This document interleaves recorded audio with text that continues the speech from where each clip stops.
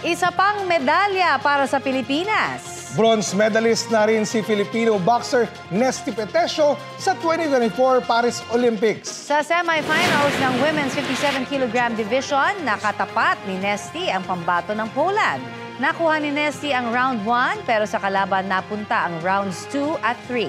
Sa dulo, panalo ang Poland via split decision. Dahil po dyan, opisyal nang may bronze medal si Nesty. Sa kabuuan, 4 na po ang medalya ng Pilipinas.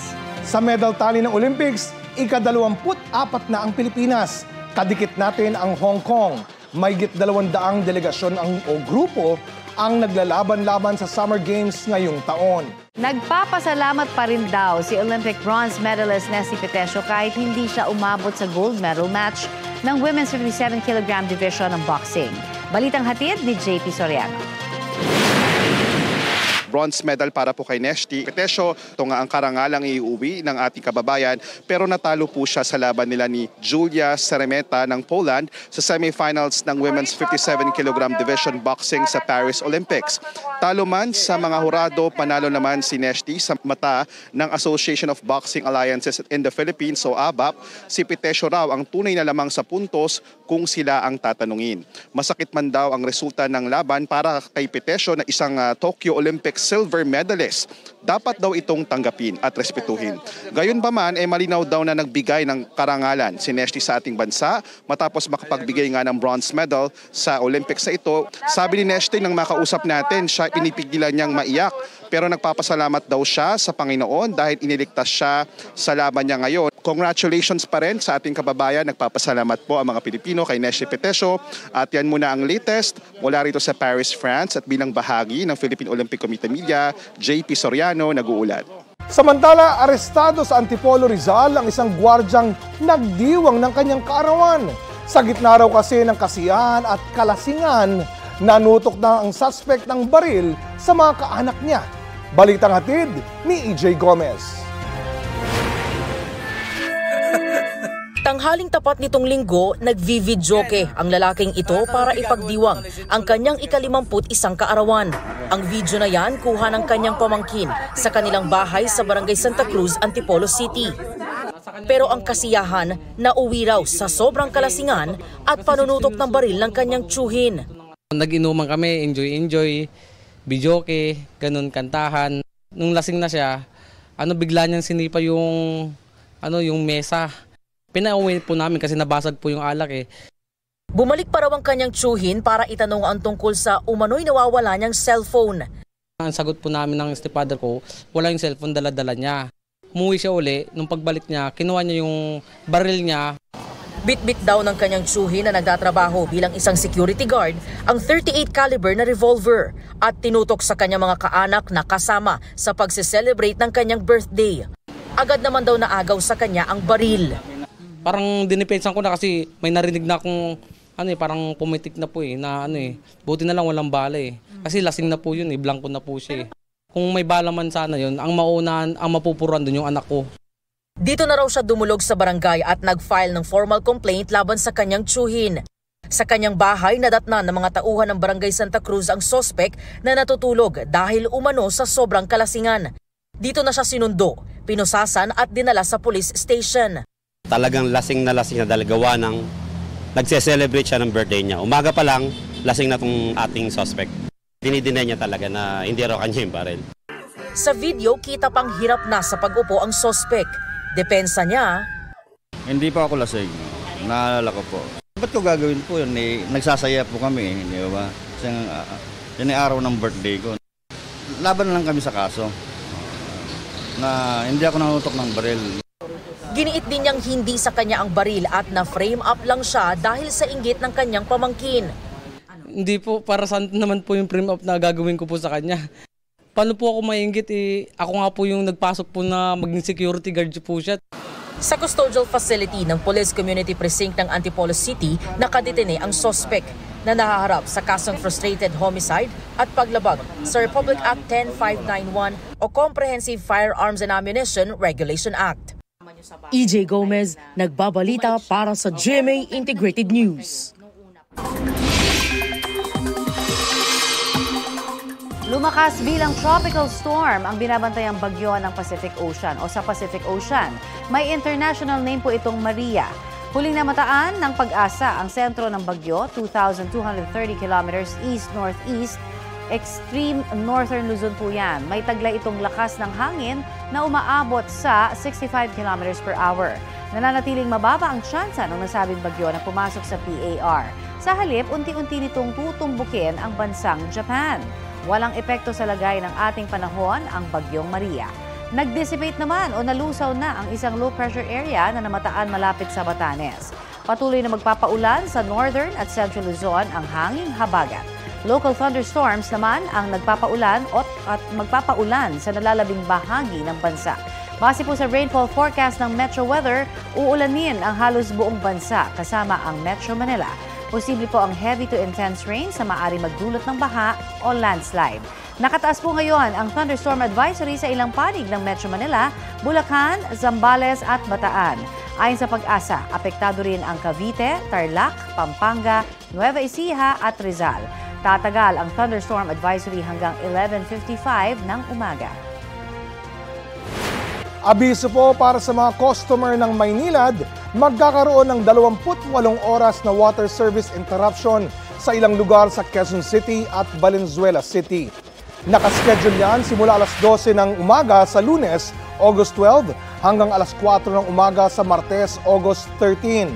Para yan sa leak repair at maintenance activities sa North Sea Annex Pumping Station sa Quezon City. Pinapayuhang mag-ipon ng tubig ang nakatira sa 14 na barangay sa Quezon City at sa Ugong, Valenzuela. Pagkabalik daw ng supply ng tubig, hayaan mo nang dumaloy ang tubig sa gripo hanggang luminaw ang tubig.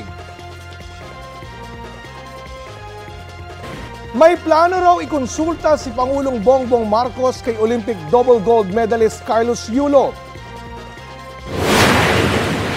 Interest ko, dumami ang medalist kagaya niya. Anong kailangan gawin?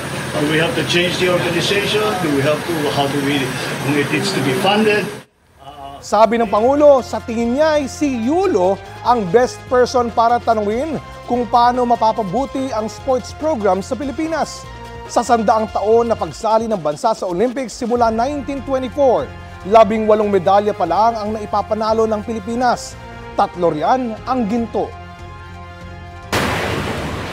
Ilang minutong nakahandusay sa kalsada ang rider na yan matapos masalpok ng kotse sa De Venecia Highway Extension sa Dagupan City. Sa lakas ng impact, tumilapon siya ng ilang metro mula sa motorsiklo. Ayon sa pulisya, napunta ang motorsiklo sa linya ng kotse kaya naaksidente. Tumanggi mo nang magbigay ng pahayag ang driver ng kotse na isang pulis. Dinala naman sa ospital ang biktima. Sugatan matapos malapitang barilin ang isang lalaki sa Calamba, Laguna nitong Lunes. Ayon sa investigasyon, makikipagkita sana ang biktima na nakausap niya online na pagsasanglaan sana ng kanyang motorsiklo. Kwento ng biktima sa pulisya, dumating siya sakay ng kanyang kotse nang bigla na lang umano siyang pinaputukan sa muka. Siguro, ini-expect nung bibili sana is motor. Siguro nagtaka siya bakit kotse ang dala nitong magsasangla pagdating. Siguro nagalit itong propose na pagsasanglaan. Dahil may baril, pwede rin na ito ay agaw motor. Matapos daw ang pamamaril, naglakad lang palayo ang sospek at kalaunay sumakay ng motorsiklo. Hirap ang mga pulis na matukoy ang pagkakakilanlan ng sospek dahil dummy account umano ang gamit niya sa pakikipagtransaksyon sa biktima. Sa Virac, Catanduanes, sugatan ng isang lalaki matapos saksakin ng mismong tatay niya. Ayon sa pulisya, nag-away ang dalawa na nakainom bago ang krimen. Depensa ng sospek, nag-agawan sila ng kanyang anak ng kutsilyo at hindi raw niya alam na natamaan pala ang biktima. Ano nga po yung pagkakakala ko sa anak ko, hindi po ako ng tawad, pero sana maisip niya po yung ginawa niya, bakit po nangyari yun. Kasi hindi naman po talaga mangyayari yun kung hindi niya ako sinulungan doon sa taas. Nasa kustodiya na ng pulisya ang sospek habang nagpapagaling pa sa ospital ang biktima. Claire Lacanilaw Dungka ng GMA Regional TV, nagbabalita para sa GMA Integrated News. Iniimbestigahan ngayon ang umunay pananakit ng mga pulis sa isang inarestong lalaki dito sa Pangasinan. Sa video na nag-viral sa social media, makikita ang lalaking sugatan sa loob ng detention facility ng San Manuel Police Station. Ayon sa kapatid niya, linggo nang arestuhin ang lalaki dahil umano sa pagkakasangkot sa iligal na droga. Kinabukasan, nakita na lang nila ang lalaki na may mga sugat. Plano magdemanda ng mga kaanak ng lalaki laban sa mga nang torture umano sa kanya. Depensa naman ng mga pulis, pumalag ang lalaki sa buy-bust operation kaya nasubsob at nasugatan. Lulong din daw ito sa iligal na droga. Nirelibo na sa pwesto ang hepe ng San Manuel Police at ang arresting officer para bigyang daan ang investigasyon. Pinoproseso na rin ng pulisya ang posibleng pagsasampa ng kasong cyber libel laban sa uploader ng video.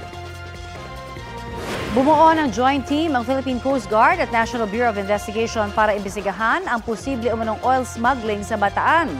Ayon kay PCG Bataan Station Commander Michael John Encina, nagpulong sila ng NBI tungkol sa relasyon ng 3 barkong nagdudulot ng oil spill doon. Kumakala pa raw ang parehong ahensya ng karagdagang impormasyon sa insidente gaya ng datos ng mga barko at panayam sa kanilang mga crew. Base sa inisyal na investigasyon ng PCG, na aksidente ang mga barko sa kasagsagan ng masamang panahon. Sa isang pahayag naman, pinuna ni Vice President Sara Duterte ang ilang ahensya ng gobyerno. Ayon din sa bise, ang bansa ay pinamumunuan ng ilang opisyal na wala raw katapatan sa trabahong sinumpaan. Balitang hatid ni Sandra Aguinaldo. Isang mensahe para sa aniyay mga kapatid na Muslim ang inilabas ni Vice President Sara Duterte sa kanyang Facebook page. Tugon niya ito sa naunang pahayag ng 6 na Muslim tribes na nangakong magbibigay ng suporta pang-seguridad sa bise kung kakailanganin niya ito. Pero bukod dyan, naglahad din ng mga puna laban sa gobyerno ang Vice-Presidente. Sabi niya, tumitindig dapat ang Pilipinas laban sa panghimasok ng mga dayuhan sa domestic affairs ng bansa. Ang Pilipinas daw ngayon ay dali-dali umanong yuyuko at susunod sa kagustuhan at pangingialam ng dayuhan gaya ng International Criminal Court o ICC. Dagdag pa niya, ang Pilipinas na dapat pinamumunuan ng mga taong may malasakit at kakayanan para itaguyod ang malinis na pamahalaan at pag-unlad, pinamumunuan umano ngayon ng mga taong walang katapatan sa trabahong sinumpaan. Pinuna rin ni VP Sara ang paggamit ng pondo ng PhilHealth sa mga bagay na wala raw kinalaman sa kalusugan. Dapat daw totoong mapapangalagaan ng healthcare system ang kalusugan ng mga Pilipino. Matatanda ang naging kontrobersyal ang pagsasauli ng PhilHealth ng halos 90 billion pesos sa national government para pondohan ang unprogrammed appropriations sa ilalim ng 2024 national budget. Handa naman daw na magpaliwanag ang PhilHealth kay VP Sara kung kinakailangan. Wala umanong masasakripisyong benepisyo para sa mga Pilipino. Siguro po mas maganda nga na makausap din namin siya at para po mas maipaliwanag din ang programa ng PhilHealth at kung ano po ang mga plano. Huwag pong mag-alala ang ating mga kababayan sapagkat patuloy pa rin po naman ang pagpapataas at pagpapalakas ng ating mga benepisyo. Pinuna rin ng Vice-Presidente ang mga mambabatas ng Kamara na imbes daw na magpasa ng makabagong batas ay nagpupumilit na sumausaw sa isyu ng iba. Partikular niyang binanggit ang usapin ng kakulangan ng pulis para sa lumalaking populasyon ng bansa. Ang kakulangan daw ng pulis ay hindi malulutas sa kanilang lifetime. Matatanda ang binawasan ang police security ni VP Sara dahil ayon sa PNP, kailangan sila ng PNP para sa police visibility sa National Capital Region. Pinasaringan din ng BC ang mga opisyal daw ng airport na tikom ang bibig sa banta ng seguridad at hindi man lang umano nagsagawa ng investigasyon tuwing may banta. Hinalimbawa ng BC ang pagsasapubliko ng video at flight details at iba pa ng mga pasahero maging menor de edad. Hininga namin na reaksyon ang Manila International Airport Authority pero wala pa silang sagot. Matatanda ang nakuha ng video ang departure ng pamilya ni VP Sara papuntang abroad kabakailan. Sandra Aguinaldo, nagbabalita para sa GMA Integrated News. Webes latest mga mare at pare. Nag-sorry si BTS member Suga matapos masangkot sa drunk driving incident sa Seoul, South Korea. Sa Weavers, ikinuwento ni Suga na pauwi na siya noong Martes matapos kumain at uminom sa labas. Natumba raw siya sa sinasakyang electric kickboard habang nagpa-park sa labas ng kanyang bahay. Napansin daw yon ng isang pulis sa lugar at agad siyang isinailalim sa breathalyzer test. Ang resulta, pinagmulta si Suga at kinumpiska ang kanyang driver's license. Humingi rin ng paumanhin ng agency niyang Big Hit Music. Ayon sa inilabas nilang statement, hindi intensyon ng kumpanya na lituhin ng publiko nang tawagin nilang electric kickboard ang ginamit ni Suga. Marami raw pala yung classification at depende roon ang multa kung masangkot sa insidente. Makikipagtulungan daw sila sa pulisya. Kapuso, para sa mga maiinit na balita, mag-subscribe sa GMA Integrated News sa YouTube. Sa mga kapuso naman abroad, subaybayan nyo kami sa GMA Pinoy TV at sa www.gmanews.tv.